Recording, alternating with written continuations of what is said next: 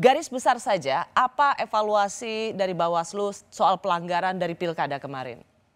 Ya, jadi Mbak Rosi kalau kita melihat bahwa proses pemungutan itu sudah berjalan. Tapi jangan lupa bahwa masih ada tahapan-tahapan selanjutnya yang perlu menjadi perhatian daripada kita, yaitu tahapan rekapitulasi. Mm. Ada rekapitulasi kecamatan, kabupaten kota, dan juga rekapitulasi di provinsi. Kita juga di dalam menerapkan protokol kesehatan meminta kepada para paslon untuk tidak melakukan kerumunan untuk merayakan ataupun untuk mengajukan protes, karena Ya, itu adalah PR kita, yaitu menjaga protokol kesehatan. Jadi tahapan-tahapan untuk mengumpulkan massa itu masih bisa saja terjadi. terjadi. Ya, tadi disinggung juga oleh Pak Tito.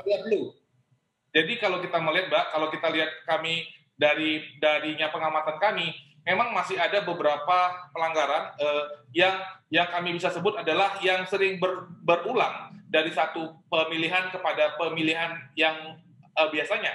Misalnya ada pelengkapan pemungutan suara yang kurang, adanya surat suara yang tertukar, ada surat suara yang kurang yang kemudian tidak pada tempatnya, atau ada saksi yang mengenakan atribut pasangan calon. Itu sebuah pelanggaran yang seringkali terjadi misalnya, atau ada paslon yang misalnya Itu artinya kan pelanggaran itu terjadi di masa pandemi atau enggak pandemi ya? ya betul. Ya kan? Jadi itu memang jadi pertanyaan besar. Kok ya itu berulang terus? Padahal harusnya dengan berkali-kali kita pemilu dan pilkada harusnya itu nggak berulang, tidak berulang terus. Tadi saya juga bertanya kan pada Pak Tito soal partisipasi publik. Seberapa confident Anda melihat partisipasi publik pada pilkada kemarin? Ya, kalau kami, Mbak, kami belum mendapatkan hasil terkait dengan partisipasi publik. Karena kalau dari data yang kami miliki adalah data yang kami dapatkan dari 81% dari seluruh pengawas TPS kami yang ada di lapangan. Tetapi Oh, itu kan itu yang informasi yang tadi Pak Tito katakan pada saya ya? ya, jadi bukan.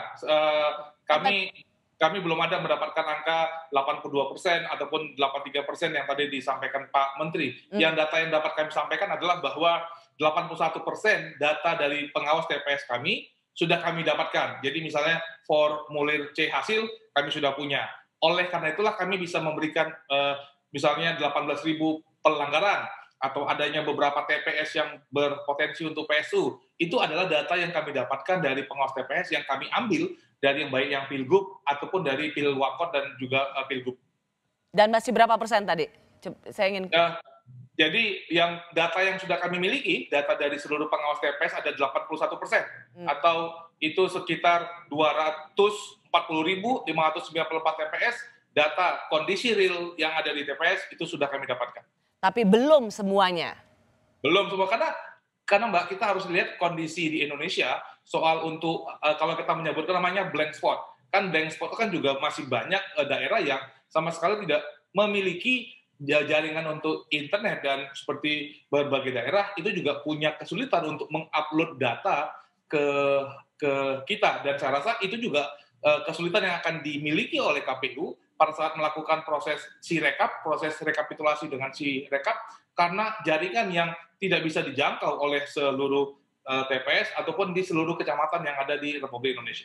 Ya, tadi juga itu yang dikatakan oleh Pak Tito soal pasokan logistik untuk APD. Ya, bisa jadi memang tidak semuanya merata karena faktor geografis tadi. Juga soal partisipasi publik karena soal cuaca. Tapi kita tunggu bagaimana tingkat partisipasi publik, karena memang jika memang tinggi itu kita harus benar-benar mengucapkan selamat pada masyarakat Indonesia di 270 daerah. Di tengah pandemi mereka tetap melaksanakan hak konstitusionalnya, dan kita sungguh berharap tidak ada klaster pilkada.